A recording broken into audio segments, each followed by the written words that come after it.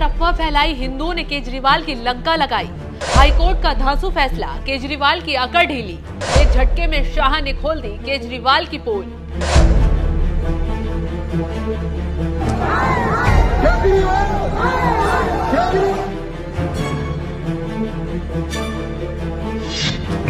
नमस्कार, आप देख रहे हैं एनएमएफ न्यूज। मैं आपके साथ शबनम। सीए लागू होते ही हाईकोर्ट ने भी एक धमाकेदार फैसला सुना दिया है, जिससे केजरीवाल की नींद उड़ गई है और हिंदू शरणार्थियों में खुशी की लहर दौड़ पड़ी है।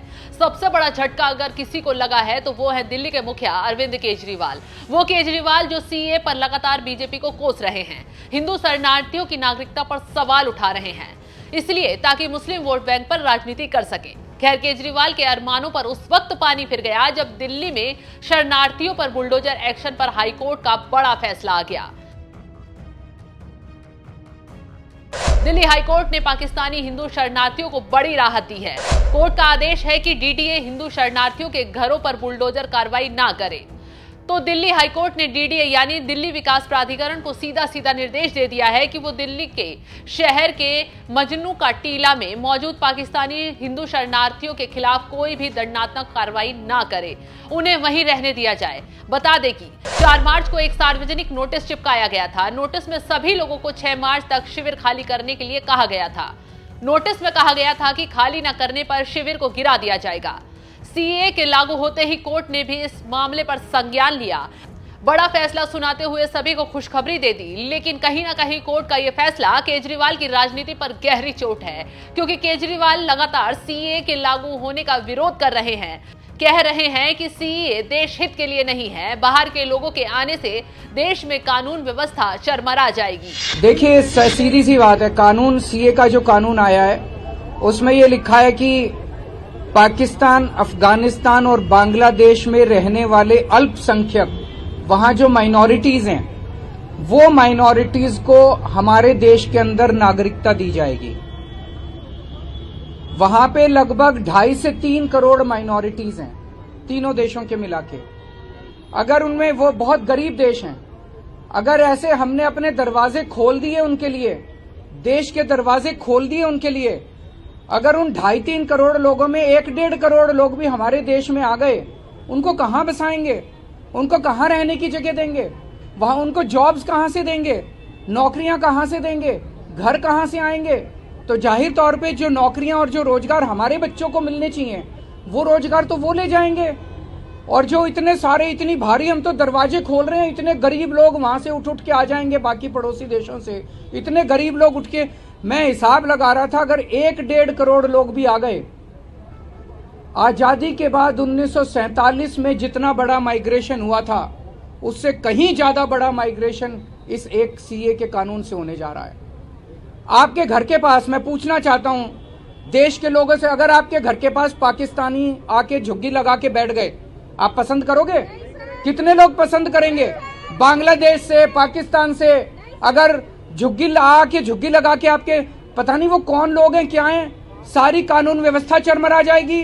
चोरियां, डकैतियां, बलात्कार बढ़ेंगे हमारे देश के अंदर, पूरी कानून व्यवस्था, और पता नहीं कैसे कैसे लोग आएंगे वहां पे। सुरक्षा व्यवस्था, हमारे देश की सुरक्षा व्यवस्था का क्या होगा?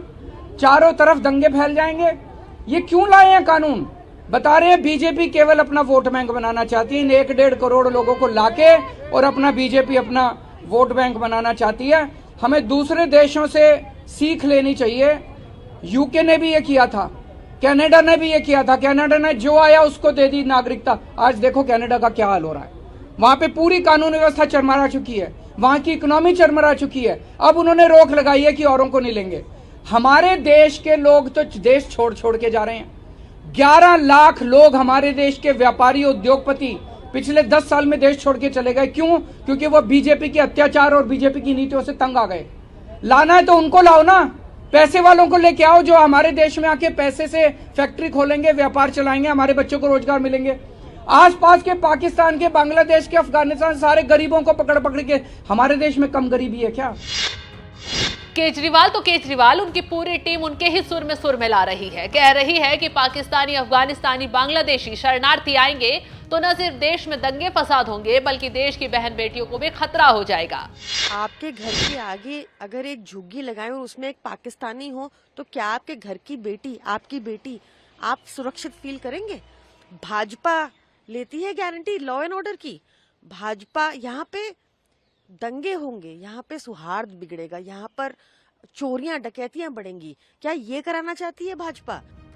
ये वही केजरीवाल और उनकी टीम है जिनके राज में रोहिंग्याओं को शरण दी जा रही है, बांग्लादेशी घुसपैठियों को बसाया जा रहा है, उनके आधार कार्ड पैन कार्ड तक फर्जी तरीके से बनवाए जा रहे हैं। तो सीएम साहब को दिक्कत नहीं होती, क्यों? क्योंकि उनका अच्छा खासा वोट बैंक तैयार हो रहा है। लेकिन जब मोदी सरकार दूसरे देशों में प्रताड़ित किए जा रहे हिंदुओं को न्याय दे रही है तो केजरीवाल रोजगार तो छोड़िए, कानून व्यवस्था की भी चिंता करने बैठ गए हैं। खैर, अब अमित शाह ने केजरीवाल को उन्हीं के लहजे में जवाब देने का काम किया है। अमित शाह ने तंज कसते हुए कहा है केजरीवाल घोटाले के जाल में फंसकर बौखला गए हैं।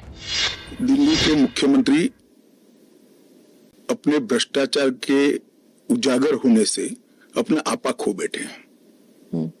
उनको मालूम नहीं है कि ये सारे लोग आ चुके हैं, आज भारत में ही रह रहे हैं। सिर्फ इनको अधिकार नहीं मिला है, वो अधिकार देने की बात है। 2014 तक जो आ गए इनको नागरिकता देनी है।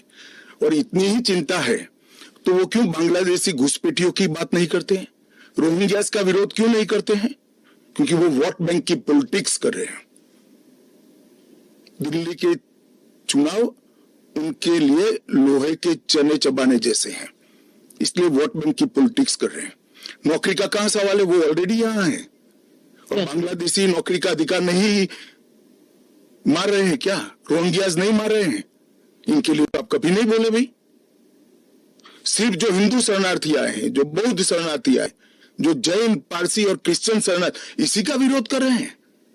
वो यही कह रहे हैं कि आप अपने नागरिकों को नौकरी नहीं दे पा रहे हैं और इनको आप स्मिता जी वो पार्टीशन के बैकग्राउंड को भूल गई हैं। शायद उनको जो निराश्रित आए थे, जो रेफ्यूजीज आए थे, इनके परिवार के साथ एक चाय पीनी चाहिए। अरबों खरबों रुपए की संपत्ति छोड़कर रेफ्यूजी बनकर यहां आए थे, दिल्ली के बाजार में सब्जियों की दुकान लगाई थी। मोदी जी ने विभाजन की विभीषिका का दिन मनाकर उसको हिस्ट्री का हिस्सा बनाया है। इन लोगों के मन में संवेदना नहीं है, वो समझते नहीं है वहां धर्म के आधार पर इनके परिवार की महिलाओं का गौरव छीना जाए, अपमानित किया जाए, क्या करेंगे वो? इनकी वेदना हम भी नहीं सुनेंगे। 50 में आ गए, 60 में आ गए, 70 में आ गए, 80 में आ गए, आज भी नागरिकता नहीं है। बच्चों को अस्पताल में दाखिला नहीं मिलता है, ढंग की नौकरी नहीं मिलती है, छुट भैया नौकरी करते हैं, अपने नाम से प्रॉपर्टी नहीं ले सकते हैं, मतदान नहीं कर सकते हैं। क्यों? क्या गुनाह है उनका? विभाजन का फैसला उन्होंने नहीं किया था, कांग्रेस पार्टी ने किया था। और उस वक्त सबने कहा था कि जो आएंगे उसको हम नागरिकता देंगे। अब अपने वादे से मुकर जाना, मैं मानता हूं कि हमें तो कम से कम मंजूर नहीं है। इनकी संवेदनाओं को भारतीय जनता पार्टी भी महसूस करती है, इस देश के प्रधानमंत्री भी महसूस करते हैं, और हम मानते हैं कि इनकी ये 75 साल की वेदनाओं का अंत कभी न कभी आना चाहिए, और ये चुनाव के पहले आ जाए वो ठीक है। गृह मंत्री अमित शाह ने केजरीवाल की पोल खोलते हुए साफ कर दिया है कि केजरीवाल सिर्फ वोट बैंक की राजनीति कर रहे हैं। खैर, जैसे ही केजरीवाल ने हिंदू शरणार्थियों की नागरिकता के खिलाफ माहौल बनाया, वैसे ही हिंदू शरणार्थियों ने भी केजरीवाल के खिलाफ हल्ला बोल दिया। केजरीवाल के घर का घेराव करते हुए हिंदू शरणार्थियों ने प्रदर्शन किया, माफी मांगने की मांग की है। केजरीवाल को घेरते हुए आरोप लगाया है कि केजरीवाल हिंदू शरणार्थियों के खिलाफ अफवाह और झूठ फैला रहे हैं। तो हर बार की तरह केजरीवाल का दाव अब उन पर ही उल्टा पड़ गया है। आम आदमी पार्टी दिल्ली में बुरी तरह फंस गई है। तो इस खबर पर क्या है आपकी राय, हमें कमेंट कर जरूर बताएं।